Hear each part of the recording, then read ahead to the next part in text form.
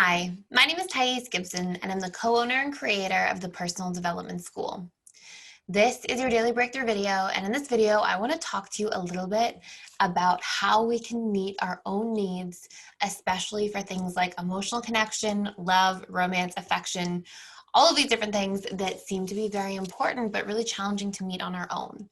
And I'm also going to cover in this video some of the concepts of why we want to be able to meet our needs on our own, not exclusively, not only on our own, but why it's important to have the availability in relationship to ourselves to be able to show up and meet our needs at least halfway. So we're going to cover how needs sort of work at the subconscious level. We'll talk a little bit about the importance of needs in an actual relationship and why they matter so much and how they impact our ability to actually receive from others. And then we'll go through and talk about some strategies for how to meet our own needs, especially around the ones that I get the questions asked about the most, things like emotional connection, love, affection, romance, these sorts of things, okay? So if this is something that's huge for you and you're like, oh my goodness, I really want to do a deep dive into this, we have some Discover Your Subconscious Personal Needs course inside of the school. It's super in-depth. It helps you understand your basic human needs, your personality needs that really govern and drive your behavior and emotions, as well as your tertiary needs, so your moment-to-moment needs from different individuals. And we're going to talk a little bit about that in this video. So you can do a deep dive in that course. We also have an advanced needs course coming out that's going to be all about how to receive your needs, the importance of being able to understand, communicate, receive, and meet your own needs, and some different strategies for how to do this that are really in depth, as well as how to understand other people's needs so you can build more harmonious relationships. So if you want to do a deep dive into that, you can join the school. We have a promotion going on, which is a With You coupon code. We're going to keep alive as long as all the weird isolation stuff is happening in the world right now. And so the coupon code is With You, all one word. It's 25% off 3, 6, 12-month membership bundles. We also have a lifetime access membership happening right now.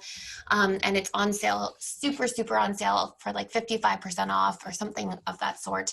All the way until October 10th. We've extended it till the end of our first week of our anniversary from October 2nd. And we're very excited about that. And then that basically gives access to all courses inside of the school, all previous, all future courses, all 4 live webinar calls with myself on a weekly basis, as well as all previously recorded webinar calls and everything that sort of goes into our webinar library after every single week that we're doing those calls. So lots of stuff in there, lots of access to our amazing community, our Discord chat channel, all of that stuff. So I'll put a link in the description box below for all of that, as well as a card on this video that you can click on. So let's talk about needs and how they actually impact our subconscious mind and our personality and drive our behavior and emotions. So needs are a prevalent part of our identity. Our subconscious personality needs are actually a big part, whether we're consciously aware of this or not, of who we identify ourselves to be. So who we think of ourselves as. So for example, if your personality needs consist of things like family, emotional connection, personal growth, security, you might come to identify yourself as a family man, or really a big caretaker of your family, and you'll talk about family a lot, and you'll think about your family, and you'll feel about your family and worry about them, but feel really happy when they're doing well. And same with personal growth. You'll get a lot out of personal growth. You'll always want to have personal growth conversations with people. You'll want to have deep emotional conversations if emotional connection is a big part of your personality needs. Maybe you'll be structured and ordered and value order and organization if security is in there. So all of these things will not only drive your behavior, but become a big part of your personality. Now, the problem becomes if we don't know what our needs are, then we really disempower ourselves, because unmet needs are supposed to produce emotional pain. So if you look at it just from a survival perspective, historically, if we had unmet needs for things like shelter, food, water, we're supposed to feel rumbling in our stomach or discomfort, not having shelter if it's cold or too hot, or, and so these feelings we have are there to drive us to adapt and evolve. And that's part of how we've survived for so long. And by the same token, we have emotional needs, we have interpersonal needs, and our needs from a personality perspective, if they're not being met, we're going to feel emotional pain. And if we have constant unmet needs, that means we're going to feel constant emotional pain. And having a lack of awareness for our subconscious needs and not knowing what they are not only creates like a lack of direction sometimes or unfulfilling relationships because we don't know how to communicate our needs if we don't know what they are, but also things like a lack of purpose, a lack of vibrancy or direction or fulfillment. And often when we have unmet needs in a relationship, or when we have a sort of drifting happening in our lives, we don't have a purpose and direction because we're not aware of our needs. This can be a big source of depression, right? There's three major sources, and I have a whole other video that goes about this and goes around this in a whole bunch of detail, but this is one of the three major sources. If we constantly have unmet needs that are really important to our identity and to our emotional well-being, our subconscious mind is supposed to elicit constant emotional pain, and it's there to poke at us, to get our awareness so that we can go inwards, we can evolve and adapt, meet our needs, and then feel good again. And that's a process of human emotional evolution and growth. So we have a whole bunch of ways that these needs take place. We have our basic human needs, okay? And this is from the work of Tony Robbins. And our basic human needs, and this is his work is based on a whole bunch of research from a whole bunch of other places, but basically our 6 basic human needs are certainty, uncertainty, growth, contribution, love and connection, and significance, okay? So these are pretty self-explanatory. Significance has a lot to do with like meaning, purpose, but also things like approval are ways that people get significance met. Feeling powerful or important can make somebody feel significant. The rest are pretty self-explanatory. Growth can be like career growth, financial growth, personal growth, all these different types of growth, spiritual growth. And then certainty is really like safety, security, order, structure, knowing that you're going to be okay. Uncertainty can be novelty, exploration, change, adventure, just having, things that push you outside of your comfort zone, new experiences, things that you're not certain about, right? And then obviously love and connection, contribution, these things are pretty self-explanatory. So these are our basic human needs, and these are things we all need for emotional well-being. And what happens, and this is a whole bunch of research I've done as a person, is that I've developed a system that says from these 6 basic human needs, our subconscious mind builds positive versus negative emotional associations to strategies to get our needs met. So I know that sounds like this big crazy, like, what does that even mean? I'm going to explain it to you. So imagine that you have a basic need for love and connection. And let's say that ranks really high, okay? And you really value love and connection. It's really important to you. And then, out of those 6 basic human needs, it's very high. Let's say it's your highest. And then let's say you go to school as a kid and you have a tough time making friends. And maybe, social love and connection or emotional bonds through your peers and receiving love and connection through that method or mode or that strategy. Let's say it doesn't work that well for you. Well, your brain's going to build more negative associations to peers and deriving your basic need for love and connection met through peers, because it's going to go, this doesn't feel that good. It feels disempowering. I don't make really good friends. It doesn't fill my cup. I don't have really positive experiences, or I don't feel like I'm receiving a lot of emotional connection through that method or modality.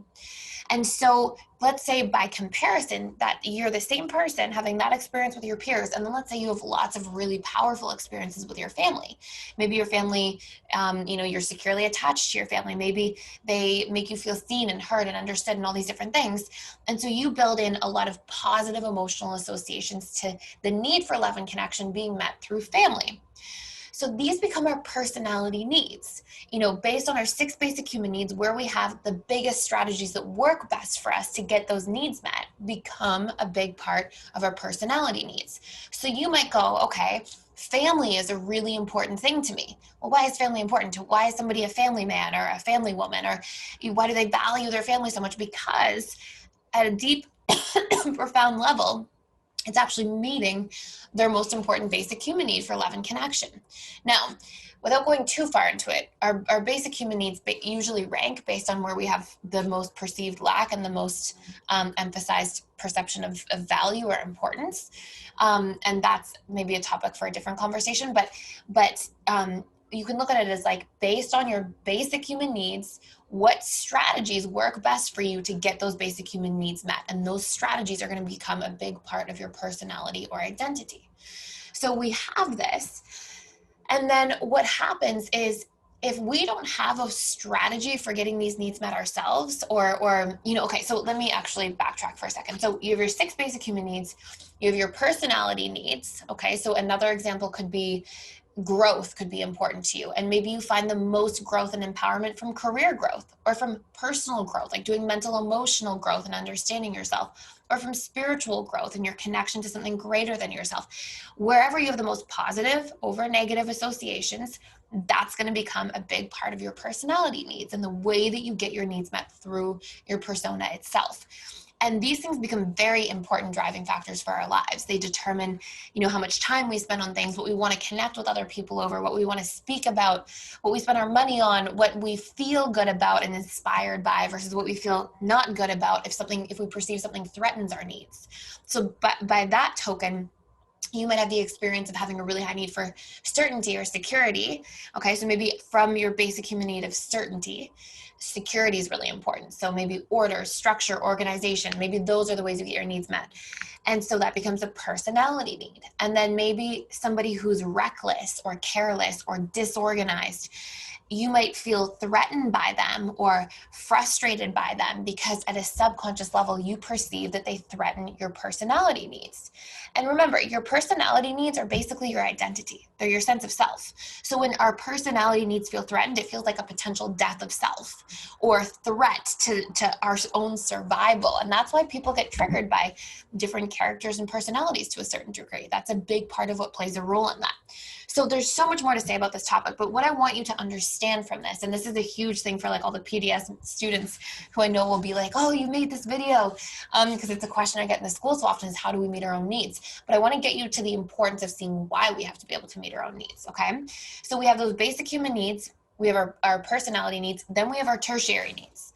These are our moment-to-moment needs. These are like these little streams leading back into a bigger body of water, leading back to the biggest body of water, which is our basic human needs. So you can imagine it's like little streams to larger streams, or like your tertiary needs to your personality needs, then to the big body of water being those 6 basic human needs that drive you. And those are almost unconscious. They're so deeply embedded in your subconscious. And so, when we look at our tertiary needs, these are our moment-to-moment needs. So these are like basically the same way we're like reverse engineering from family to love and connection. It's like, what do we need from our family to feel like the family bucket is fulfilled? So this could be things like we want to feel seen, heard, understood, these daily needs we have to fill our personality needs buckets, okay? And I know I'm kind of like whizzing through this and it might feel like, whoa, this is so much information.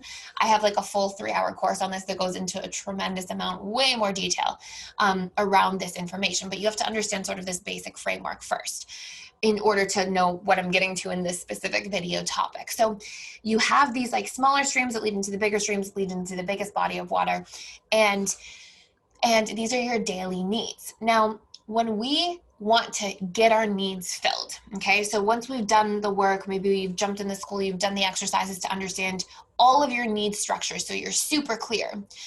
Then what happens is we have to be able to recognize the importance of specificity. So, on a daily basis, if we know our basic human need is for love and connection, but then we don't know like are the ways we get that and what our personality needs are. It's kind of like saying, I love going to an amusement park, but I don't know what my favorite ride is. It's like you can wander around the amusement park and get some of your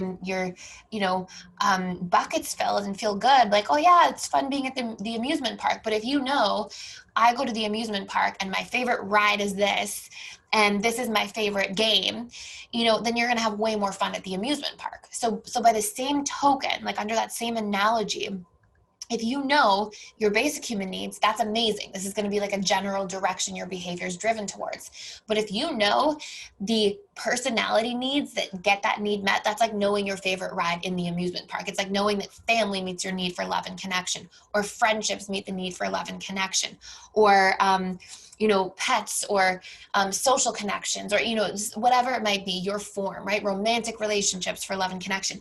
And so then you're more empowered to get more fulfillment because you know the best strategy for you to derive that fulfillment to meet one of those 6 basic human needs.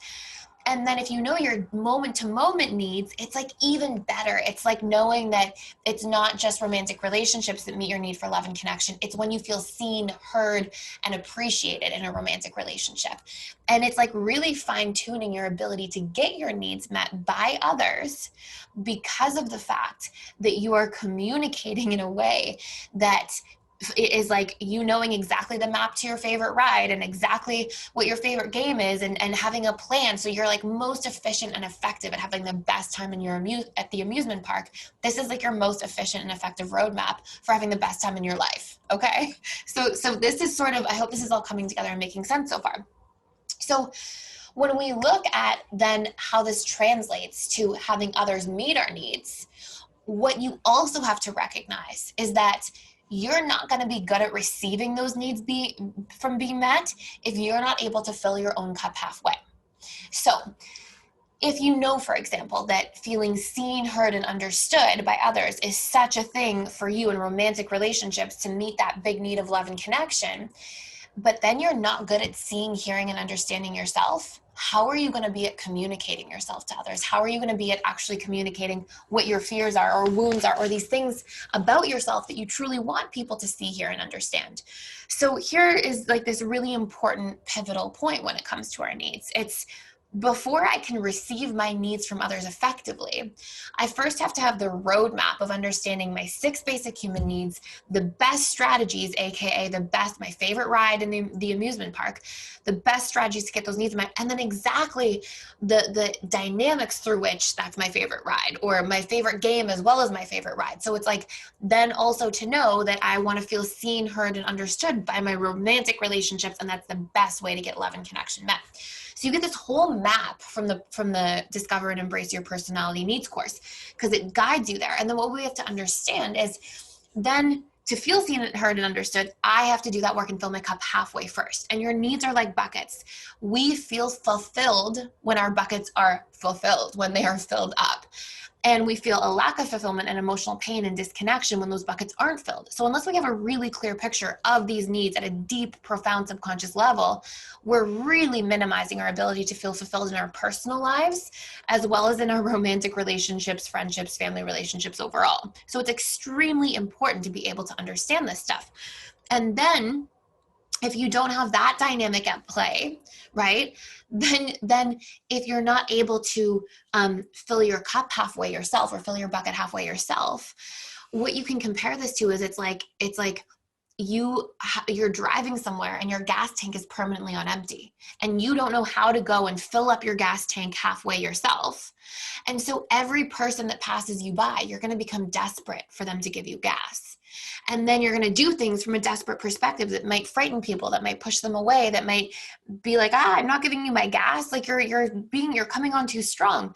And the same analogy applies to our personal lives. If we are desperate for love and connection from others, and we don't know how to give love and connection to ourselves, if we're desperate to be seen, heard by others, we don't know how to give these things to ourselves, it's going to come out in the wrong way. We're not going to ask for it properly. And we're going to have dependency on those needs being met outside of us because we don't have any capacity to fill our own tank halfway. And whenever we run on empty, we become desperate to get our needs met. And then we have, we're seeking the fastest ways of getting our needs met, not the best ways of getting our needs met. And so what you can imagine is to be in a healthy relationship, to get our needs met from others, we have to be able to fill our own cup halfway. That's a non-negotiable.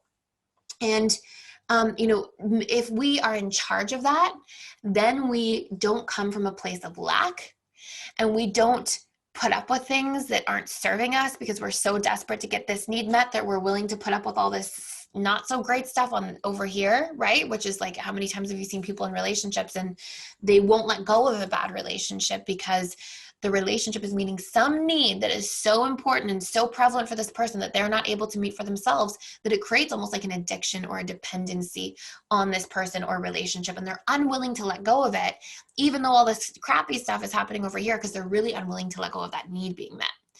And so what we can do is we can come up with strategies to meet our own needs. Now, a lot of students inside of our school are like doing this and have done, this is a big in-depth course that people do. And then they're like, how do we meet our needs for love and connection or romance or affection or emotional connection? And how do we not just seek that outside of ourselves? And here's the really profound part, okay? And hopefully this isn't too much info or like advanced stuff to put into a video. I save all the like advanced stuff for inside the school because I have 3 hours to do the courses and stuff. But here's this big point that I want you to know. Everything is sort of streaming back to our 6 basic human needs. So when we're trying to meet our own needs, all you have to do is look at yourself and be like, okay, so what is the need that I'm trying to meet? So maybe it's affection from romantic relationships to get love and connection. And you're like, how do I meet affection in the relationship to myself? Well, what you can ask is, what basic human needs does affection meet? Oh my gosh, well, when I get affection from a romantic partner, I feel loved. I feel safe. Okay, so I hear love and connection and certainty from the basic human needs. And so all we have to do is be able to recognize when we're trying to meet our own needs in those trickier forms, all we have to be able to do is recognize what basic human needs is this tertiary need meeting? And how can I make sure I'm really filling those basic human needs up? And while it's not going to be your favorite ride on the, it's not like you went to your favorite ride in the amusement park. What it is going to do is it's going to fill your bucket up enough so that you had an enjoyable time. On the Saturday afternoon, you went to the amusement park. You didn't get to go on all the best rides and have all your best snacks or games, but you were there and you still had an enjoyable day. And this is the same idea. It's like if we can know what we're seeking at that tertiary level and get really clear, and then we can go, okay, what basic human needs is that linked to? And then fill up our bucket from that perspective. We're not going to feel like we're overflowing with affection when we're single or quarantined or isolated. But by meeting the basic human needs that thing is linked to, how do we have more safety in our lives? Because a lot of like growing up, our earliest emotional associations to affection are usually being held by a parent or breastfed or cradled or rocked to sleep, or all these things that actually induce feelings of safety to a child. And those are early subconscious programs. So if we can meet our needs for safety in different forms by being organized, structured, maybe living in a safe area, having a safety plan, having certainty in terms of organizing your life and having goals for yourself, even if you're a little bit isolated or quarantined or whatever it might be. And then if you can have love and connection met by reaching out to multiple friends and family, having Zoom calls booked, phone conversations that you're more vulnerable in, and then even things at a surface level, like what makes you feel like you're receiving affection, wrapping yourself in blankets, wearing cozy PJs and lighting candles and drinking tea and putting on the fire. Like if you can do these things in all different forms, you're not going to be like necessarily exploding with fulfillment, like as if, it won't necessarily feel the same way it would feel to have, be held by a romantic partner and it's the love of your life and you're so, happy in that moment. But it's not going to be like you're just stuck in a room instead of at least going to the amusement park on that Saturday or Sunday afternoon. And so that's the idea. And what I really want to stress here is that when we meet our needs like that, okay, and we fill our bucket halfway, because we can always fill our own bucket at least halfway, sometimes more, what this creates is not a lack mentality when we go to receive needs from other people. And so let's say we're on a date and we want affection, we miss affection. If we're coming towards affection from a space where we already have those underlying needs being met of safety, of comfort, the basic human needs would be certainty and love and connection. If those things are full, affection will feel like this nice benefit we get to receive, and we'll be able to approach it from a space of healthy non-attachment, from a space of like being open and really excited to receive it, but not a place where we're like, what if I lose it? What if I lose it? What if I lose it? And the moment we come towards needs from a place of desperation and lack within ourselves, we sabotage our receiving of them from others. And there's a whole bunch of subconscious reasons for that I will save for maybe another video. If you want to see that, let me know in the comments below, like why when we come towards things from a place of desperation and lack, we actually end up sabotaging them the vast majority of the time, or pushing them away without recognizing. And I'm sure everybody can relate. And there's actually specific mechanics for that I won't cover in this video because I know it's already like very in depth. But if you're interested, let me know in the comments below. But what I want you to understand is that whole process, the way it works. And this is a very high level description of like, in the personality needs course, literally there's like workbooks, questionnaires for you to define your needs, understand them in order, what's the hierarchy, what you specifically are, and it creates a roadmap, not just for fulfillment, but also for interpersonal relationships. And we give tools, and especially in our advanced needs course coming out, about how to understand others' needs so we can have the best version of our most harmonious relationships, and also understand and respect each other's identities when we dive into interpersonal interactions. So I hope this wasn't too much information, all jam-packed in one video. You can always, I know some people say I speak fast, and it's definitely true. You can always slow down the time on YouTube. Like I think you can like make it go at like half speed, by the way, in case anybody's wondering. I see a lot of you guys leave that in the comments, and I think it's really valuable to share. So thank you guys.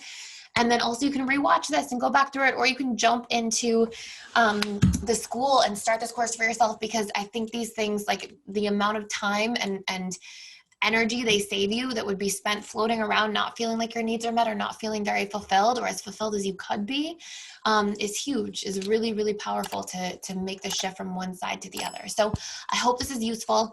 Thank you so much for watching and for being here. Please like, share, and subscribe if you're getting a lot of value out of this channel. I would so appreciate it, and I will see you in the next video.